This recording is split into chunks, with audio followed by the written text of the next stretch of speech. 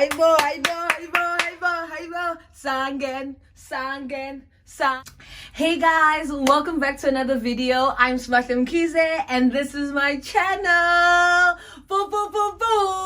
This channel is sitting on 1,000 subscribers, honey. Okay, so we need to be liking it. Sangen.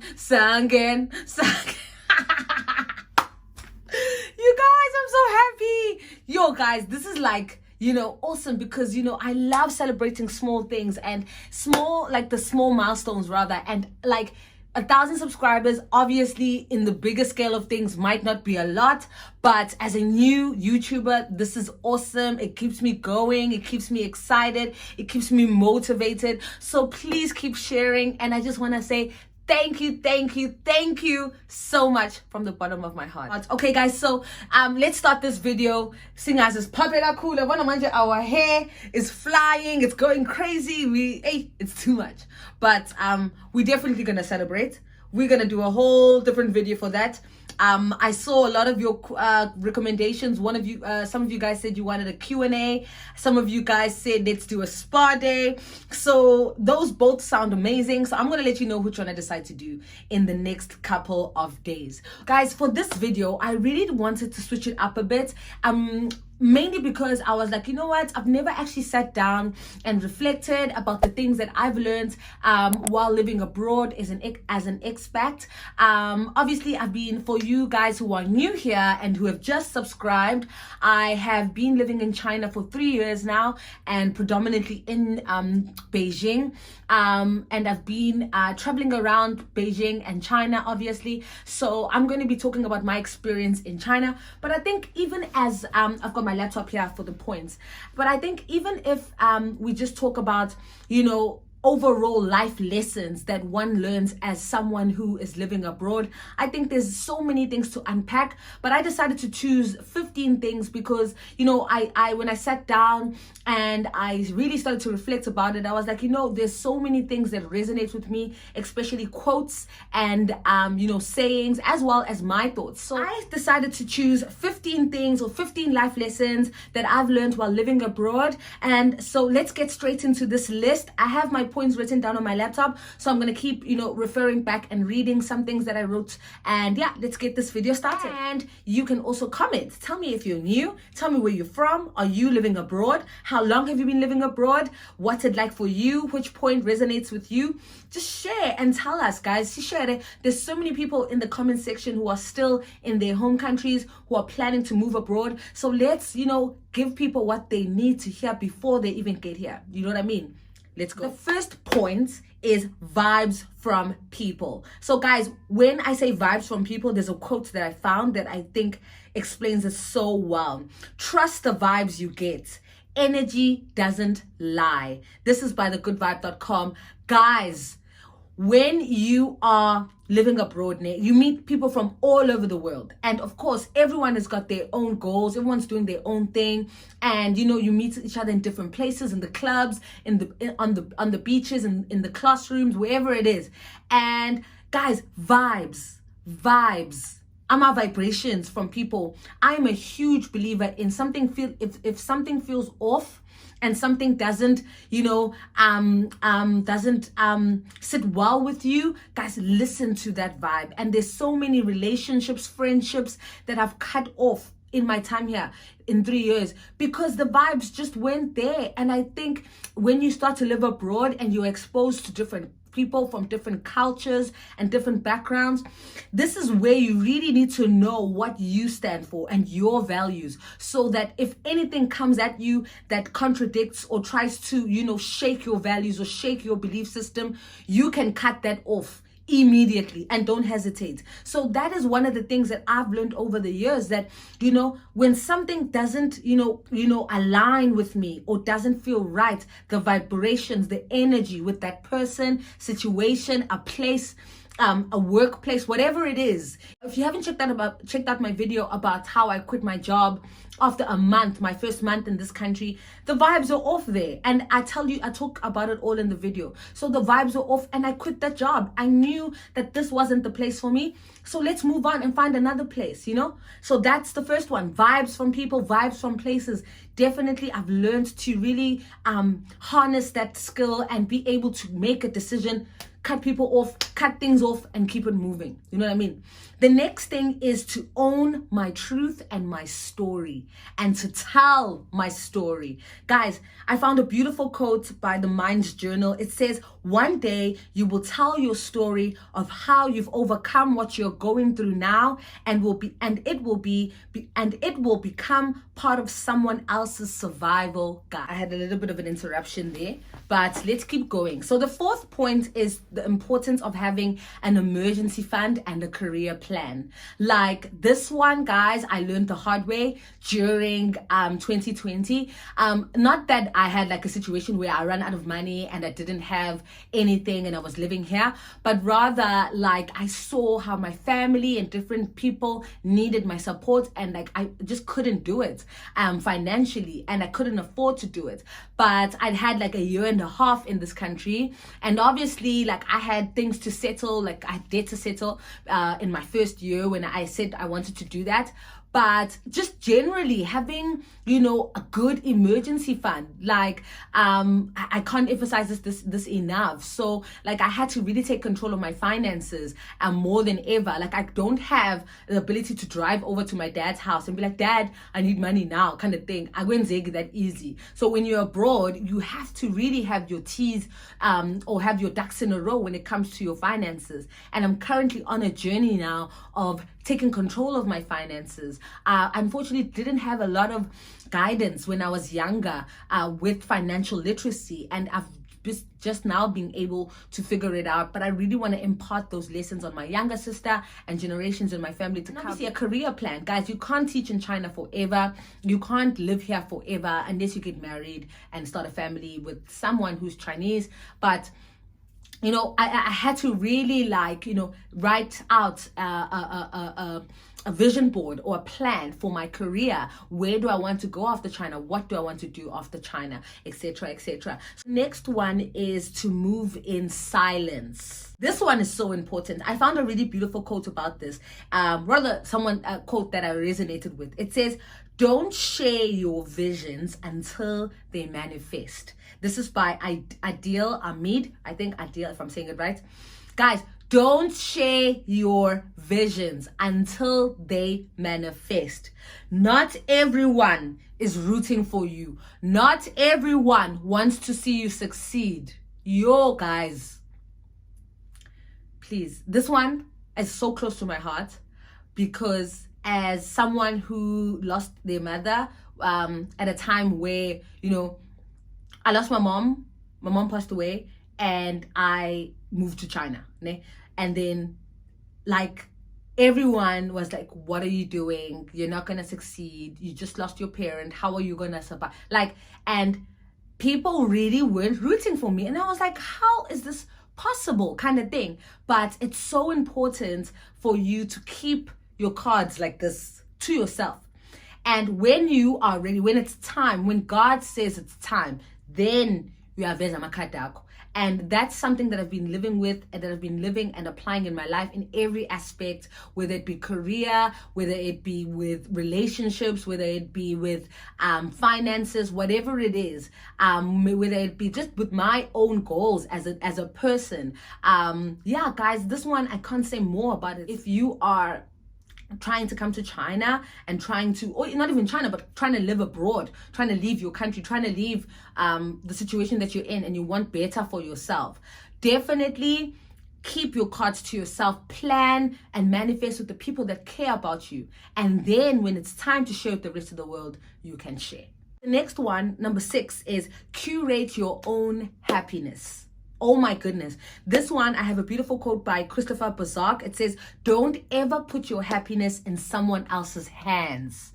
Okay, they'll drop it every time. They will drop it every time. Don't ever put your happiness in anyone else's hands, guys. Like, this lesson I've learned more than ever while here in Hefei. So if you don't know, I've been in Hefei now for 3 months, and I've been loving it, and I've been applying this in my everyday life, where it's a situation where I don't have, you know, all my friends in the city. It's a new city, and I'm trying to figure it out.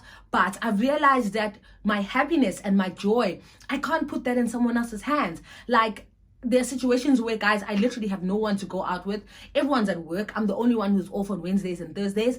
So I have to still do things. You know, I want to be happy. I want to enjoy the city. That doesn't mean I have to wait for honeymoon or curate happiness with others. I can curate happiness by myself. You know, I can go on solo dates. I can go have dinner by myself. I can go out. I can go, you know, have a pottery class. I can go. There's so many things that have forced me, or there's so many times in my life here abroad where I've really, you know, come out of my comfort zone when it comes to spending time by myself and curating my own happiness, like planning solo dates. Like, literally, guys, I sit and I do research. I find different places I can go to. I'm planning on doing a little staycation. So I go and I find these hotels and I do the research. And that's you curating, you intentionally planning, you know, joy, planning happiness, planning pleasure. And that, for me, as an expat or someone living abroad, has taught me to really be able to do this even when I am out here alone. And when I am in a relationship one day, I know that I'm still able to do that because that's part of me. You know what I mean? So this one is so close to my heart as well, and I really love it because it talks to being the best version of yourself and not being or waiting for happiness or waiting from someone else to give you that happiness, that joy, but rather you can curate that yourself. You know what I mean? All right, the seventh one is everything happens for a reason. Even the people who betray you are part of the plan. This is by Pastor Stephen Furtick from Elevation Church. I love this quote. Everything happens for a reason. Guys, one thing that's living abroad, one of the major life lessons I've learned is, guys, when something or when a door closes or someone hurts you or something, it can be something bad or something good, ne? It's all a part of the journey. And sometimes, I even said this before, sometimes we think bad things happen, when bad things happen in your life, you think, oh, it's the devil, you know what I mean? But I have so much, I believe in this so much that God literally will block things or close things or prevent things to protect you, to say, not yet, just wait, kind of thing. And I can sit here and tell you guys so many different examples where that has happened to me in this country. Missed apartments. Like, when I say missed apartments, I wanted an apartment and it wasn't mine. And God literally, guys, I was trying to maneuver, that's who I know.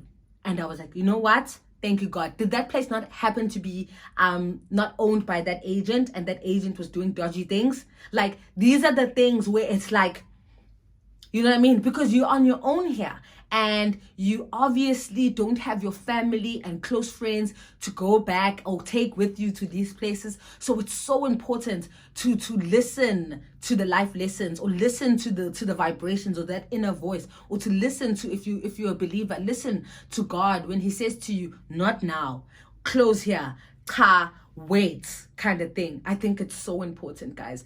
Number 8 is to aim high. When it sounds crazy, that means you're on the right track. Guys, China for me sounded crazy. When I was in Durban, working for a non-profit, ngihlala South Beach, ngirenta, didn't have a car, ngishama taxi at South Beach. Like, this was my life. You know, making it bare minimum, like making it every month. And when I said, I'm going to China, I'm moving to China, it sounded crazy. My family was like, sis, how are you going to get to China? It sounded crazy to them. And, you know, that's another example where at that moment, I was like, oh, okay, you think I can't do it? And, you know, little things like that really keep me on track and keep me wanting more and keep me like dreaming, like reach for the stars, guys. Like when I arrived here, it was like a whole new, world and a whole new mindset. Just be this person who dreams and aims high. Now I want to live in Dubai. I want this. I want a Louis Vuitton bag. I want to have own property. Things that I didn't even think about while in South Africa, things that I couldn't even wrap my head around, now are things that I will write down. No matter how crazy it sounds, I want 1 million subscribers on this channel, because I believe 1 million people engaging with this content and engaging on my channel, I think is amazing. And it's not even like Uguti, for me, but I just think, guys, YouTube is such an amazing platform, and if used the right way, it can help so many. So why not? I want 1 million subscribers. I want 1 million people, 1 million friends, 1 million squad members. You know what I mean? And I want to have all these wonderful things that I have, envisioned, and to dream for them and to aim for them.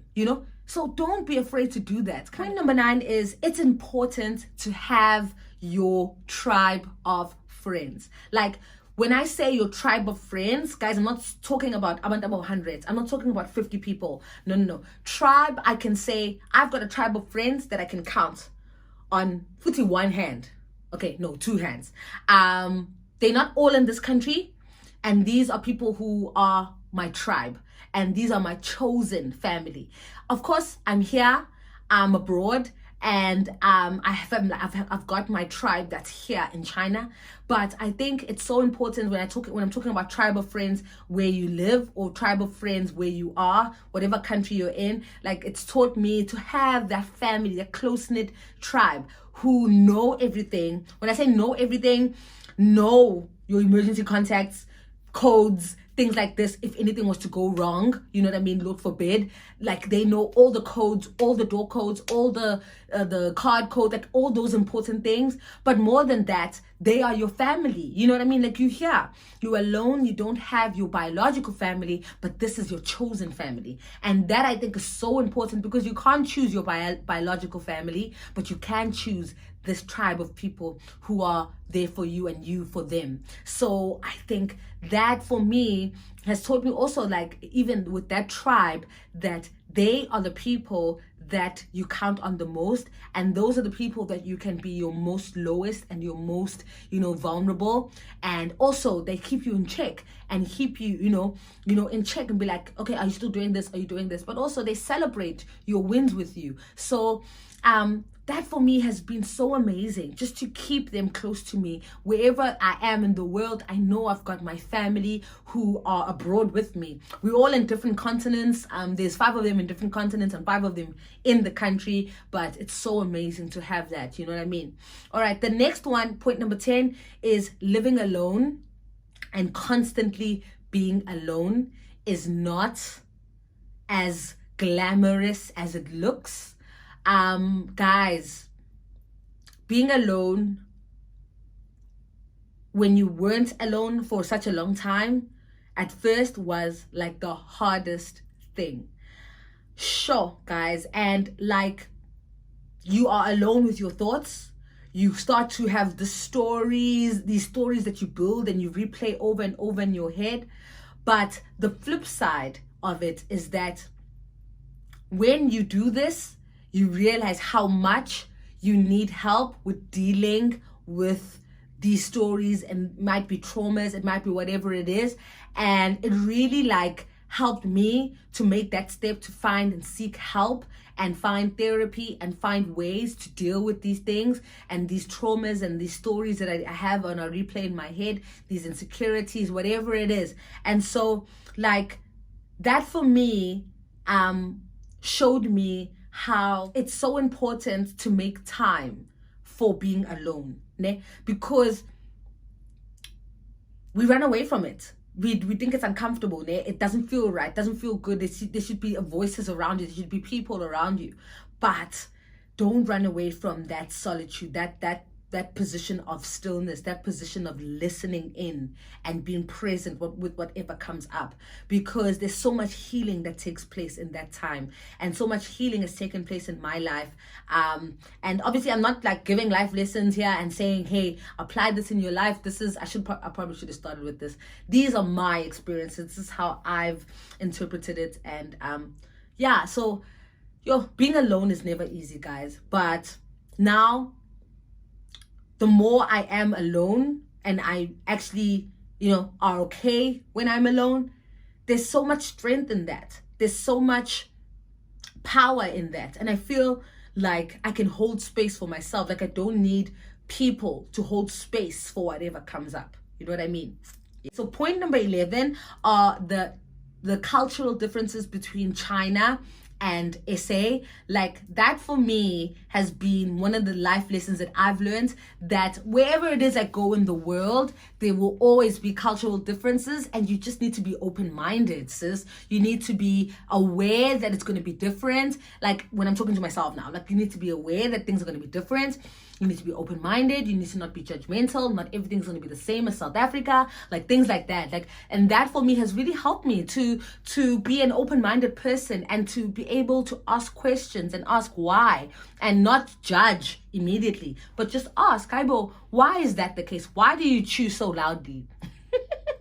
I don't know why I use that example, but Chinese people, guys, they chew like you see their food, and like they make the noise, and that to them in their culture means uti, hey, you're saying to the chef, basically, chef's kiss, the food is so delicious. Kanditina in SA, guys, cover your mouth, we don't want to see what you're eating, kind of thing.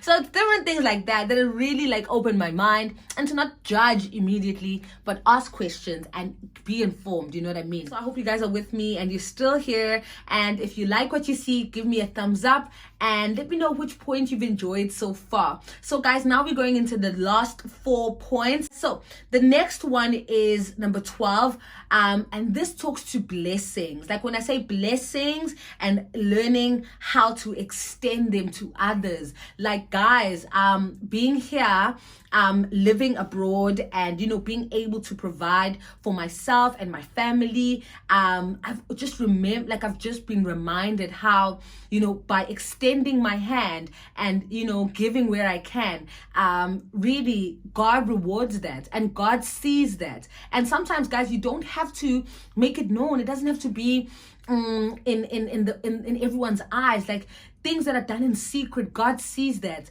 And that for me has been a lesson that's so important, and allowed me to not be to give wholeheartedly and not give with expectation, you know what I mean? But also even with my platform and like my blessings, or rather how I was able to come here. Like I am the first person, like guys, if you have ever DM'd me, if if you ask me for anything, like what do I do, advice, like I will forever give advice, or give tell my story, or advise, or share or share a contact, or share an opportunity. Like I will do that, because I know that you need to extend, you need to give, guys, and give wholeheartedly, because that comes back.